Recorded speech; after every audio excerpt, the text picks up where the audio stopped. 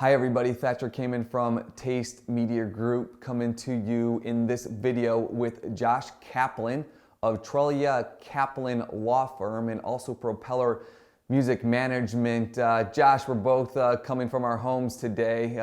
How you doing so far, bud? I'm hunkered down and stocked up. Yeah, exactly. That's kind of the mindset right about now for most of us. But Josh, I think you bring a lot of interesting perspective to this moment. You came on the podcast about 3 months ago, and at the time you said, I'm managing Doja Cat. She's an artist you're going to hear a lot about, and wow, I mean, just managing an artist who has a top 40 a song that's on top 40 radio all across the country, performing at award shows and making the talk show circuit for the national shows in the evening. How are you kind of managing this moment? As I have to assume, while the events obviously have maybe coincided, obviously probably been canceled, there has to be online opportunities that are open up for artists like that. And how do you kind of manage the mindset of somebody who's worked their entire career to get to this moment, and now we have to just manage so much, if you would? Right. Yeah, it's there's never a good time for a pandemic, I would say. But we had a US or North America tour that was supposed to start next week, actually here in Chicago. Obviously that is canceled. And so it opens up her schedule to do, she basically doesn't have anything really to do because we've been planning for the next 2.5 months for her to be on the road and touring and making money from shows and selling merch and doing press around the tour and all that. So now you're faced with somebody who is at she is rising unlike any other artist I've worked with, to the top of the charts, to the top of Spotify. She's like the number 45th most streamed artist in the world right now. So all of these things are great, and then you take away one of the main ways she makes money and keeps this whole machine moving. And so you got to get creative. And thankfully, for her, she has millions of online followers, and she rose through the ranks by being a unique personality online, and especially on Instagram Live and some of her Twitter followers and stuff like that. So anyway, so it's like, how do you capitalize on that? And everybody is sort of adjusting to this new normal, where you have to keep putting content out. But it's got to be kind of like what we're doing right now, where we're at home and each using our own computers or our phones and try to make stuff that people will consume, because the internet hasn't been affected. People's consumption of content is just going to go up. And so it's like, you can't just disappear, and you can't just go on and complain. You have to think about doing new and creative things online. So that's what we're thinking about doing, and been approached by a bunch of different major brands and streaming services, and trying to figure out the best way to keep her in front of her fans, and trying to adjust. Josh, I don't mean to cut you off there, but real quick, let me ask you about that, because whether it's a top 40 music act here that you're managing, or any brand really at this point, it's not about stopping the conversation about strategy. I think we don't know when to deploy, but these conversations, for all intents and purposes, should still continue to happen and have a plan for when activity is able to resume to normal. Is that kind of like your guys' tactic at this point? Yeah, it's really hard. It's like, we're talking to her booking agents. I work with a team. I'm not her only manager. It's a, co-managed situation. And we all want to set dates for when the tour will actually go forward. We're very careful not to say that this tour has been canceled. It's been postponed. But Josh, that's another great point. I think that we to message that things are postponed, they're not necessarily canceled by any means for what we all had ready to go. Well, some things are. There have been some festivals that just outright canceled, right? And NCAA Final Four canceled. It's not like they're going to host it in October. There are other festivals that are postponing. There are some festivals that have said, hey, we're not doing it this year. We're going to do it earlier next year.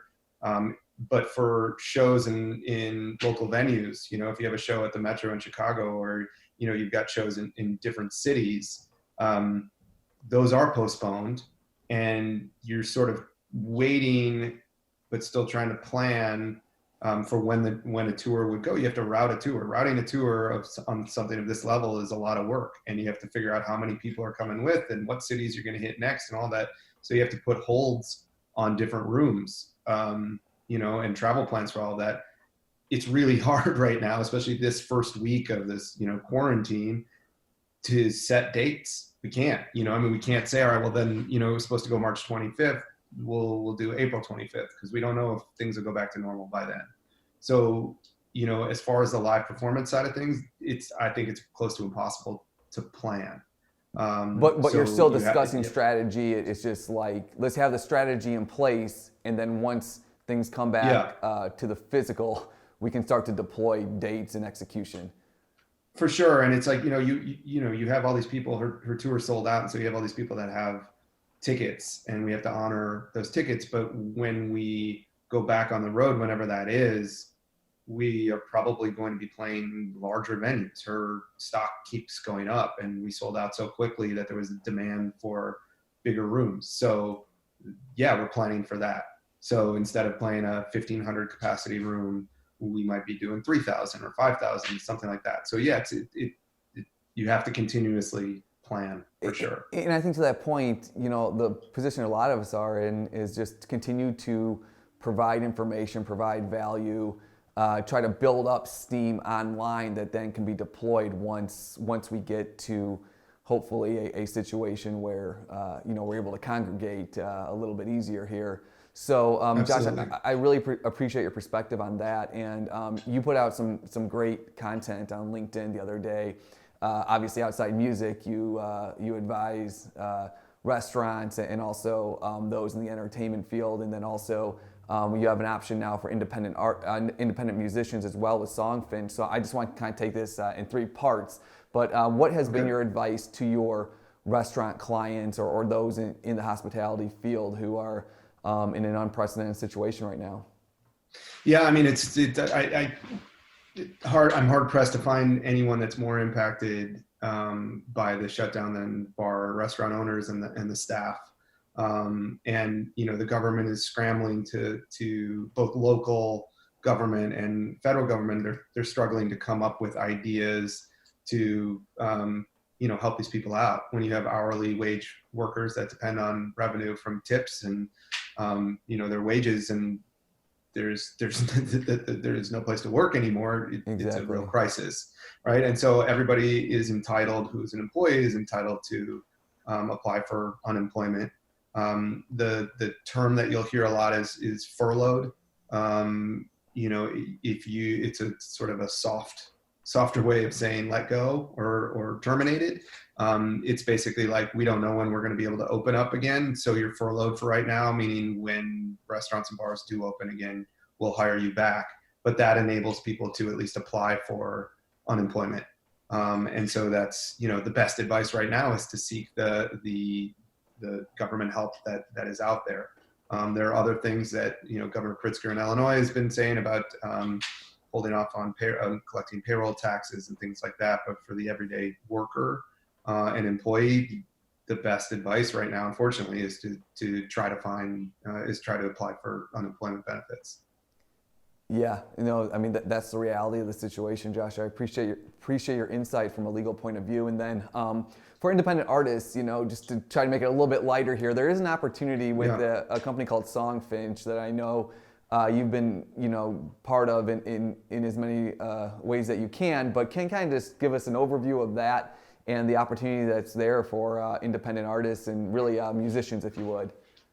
Sure. So Songfinch. It's SONGFINCH.com. It's a way to create custom songs for gifts. So you want a song for your anniversary, or you want a song for Mother's Day, which is coming up.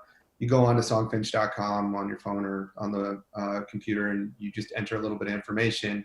And we have a community of several hundred real singer-songwriters that create a custom song for you. deliver it within 7 days. You can add a slideshow to it. It's a pretty amazing gift. Music connects people in a lot of different ways. And so this has been one thing that we've been sort of pushing, is that now that we're also disconnected and physically separated from each other, music is one thing that kind of brings us back together.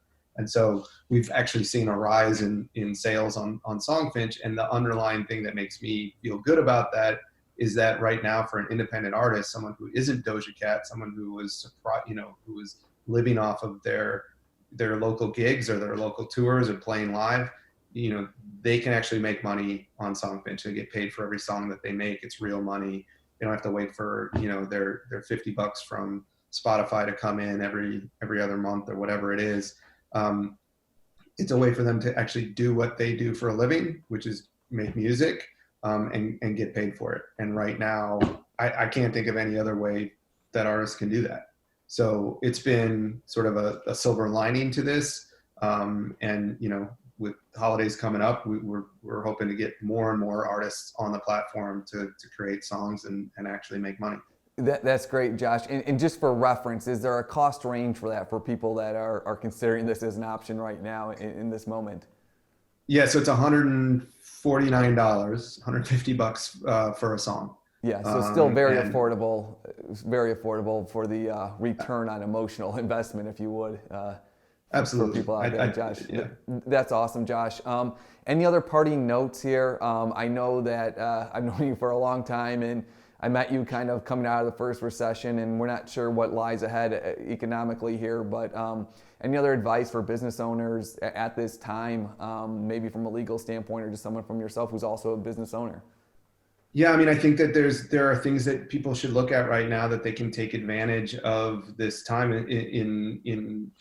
There are small business loans. There are lines of credit with the interest rates are lower than they've ever been. The Fed just cut rates again. It's not a bad idea to try to grab a line of credit, grab a loan right now. Even if you don't need it, you don't know how long it's going to take for people to rebound from this and be able to pay your accounts receivable. So it's one thing that, I'm looking into for our own businesses, and a bunch of our clients are as well. Whether it's refinancing your mortgage or looking to find a new line of credit, this would be a time to take a look at that. And let the record show, I did make a payment to you guys last week, so I think I'm whole with the law firm, which hopefully incentivized you a little bit to come on today. Yeah. But Josh, I appreciate your time here, and again, we're just trying to provide as much clarity and just advice and value at this time for people that are going to be online. And you can reach out to Josh. He'll obviously be tagged here in this post as well. Josh, I appreciate your time. I know you're managing spousal distancing, and I know you got a couple kids running around there as well. So yeah, definitely appreciate it. And to everybody that's watching out there, we'll be coming to you with as many videos as possible here for the time being, coming from the Taste Media Group remote studio, which has gone from Wicker Park to Lincoln Park. And major shout out to my wife, Marcibel, for managing the tech side of everything here in this first endeavor, Josh. So I appreciate your time a lot. We will be in touch, Josh, and thank you. All right. Thanks, Thatcher. Thank you.